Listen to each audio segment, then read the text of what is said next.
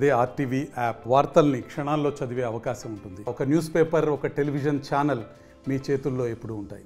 తెలంగాణ రాష్ట్ర ప్రభుత్వము సంక్షేమ పథకాలు అమలు దిశగా గ్రామ సభలు ఏర్పాటు చేసింది. 21వ తేదీ నుంచి 24వ తేదీ వరకు గ్రామ సభల నిర్వహణ. గ్రామ సభల్లో ఎక్కడ చూసినా గ్రామాల్లో అధికారులను అడ్డుకుంటున్న పరిస్థితి నెలకొంది. ఇటు నిజామాబాద్, అదేవిధంగా అటు కామారెడ్డి రెండు ఉమ్మడి జిల్లాల వ్యాప్తంగా గ్రామ సభల్లో ప్రజలు అధికారులను నిలదీస్తున్న పరిస్థితి నెలకొంది.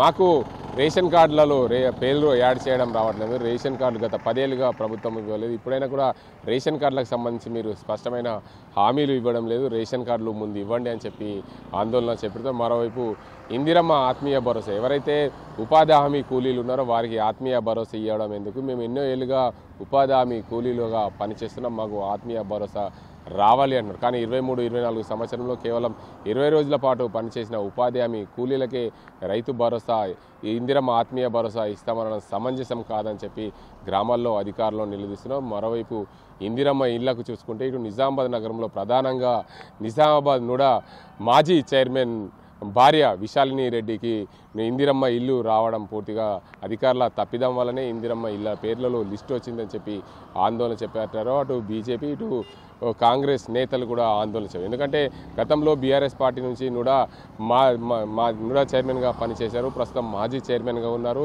తెలంగాణ ఉద్యమంలో ఆమె కార్పొరేటర్గా ఉన్నారు. కార్పొరేటర్గా ఉన్న వ్యక్తికి ఇందిరమ్మ ఇల్లు ఎలా శాంక్షన్ చేస్తారు అని చెప్పి గ్రామ సభల్లో అడ్డుకున్న పరిస్థితి నెలకొంది. దానికి అంతటికి సంబంధించి పూర్తి స్థాయిలో అధికారుల తప్పిదం వల్లనే ఇదంతా జరిగి ఉండవచ్చు అని చెప్తున్నారు. కానీ బీజేపీ, కాంగ్రెస్ పార్టీ నేతలు కూడా ఆరోపిస్తున్న పరిస్థితి నెలకొంది. ఆమెకు ఇందిరమ్మ ఇల్లు ఎందుకు కావాలి? ఆమె ఏం చేసింది? తెలంగాణ ఉద్యమం ఆమెకు ఇల్లు లేదా, జాగా లేదా అనే కోణంలో కాంగ్రెస్, బీజేపీ నేతలు ఆరోపణలు చేస్తున్నారు. మరోవైపు కామారెడ్డి జిల్లాలో చూసుకుంటే ఇటు సదాశివనగర్ మండలం ఉత్నూరులో గ్రామ సభల్లో అధికారులను నిలదీసిన పరిస్థితి నెలకొంది. మాకు ఇందిరమ్మ ఇల్లు కావాలి, ప్రతి పేదవానికి ఇందిరమ్మ ఇల్లు ఇస్తామన్న ప్రభుత్వం ఇవ్వడం లేదని చెప్పి చెప్తున్నాడు. లింగంపేట మండలం కూడా ఇదే పరిస్థితి. మరోవైపు పిట్లం మండలం ఏదైతే ఎల్లారెడ్డి నియోజకవర్గం, అదేవిధంగా జుక్కల్ నియోజకవర్గం, ఇటు కామారెడ్డి నియోజకవర్గాల్లో పూర్తి స్థాయిలో గ్రామ సభల్లో అడ్డుకుంటున్న పరిస్థితి నెలకొంది. నిజామాబాద్ రూరల్ నియోజకవర్గంలో కూడా గ్రామ సభల్లో అధికారులను నిలదీస్తున్న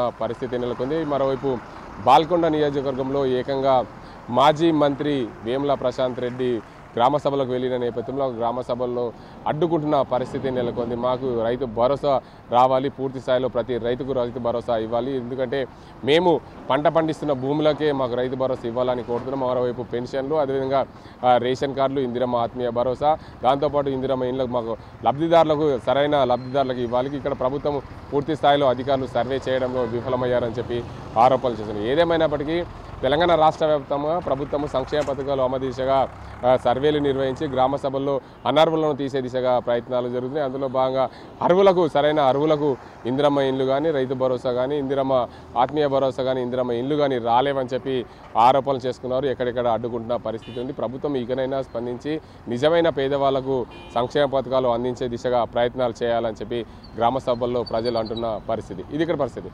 అజీంతో గంగారెడ్డి, RTV నిజామాబాద్. మరిన్ని వీడియోస్ కోసం ఛానల్ ని సబ్స్క్రైబ్ చేయండి. లేటెస్ట్ అప్డేట్స్ కోసం వాట్సాప్ ఛానల్ ని ఫాలో చేయండి. అండ్ లింక్ డిస్క్రిప్షన్ లో ఉంది.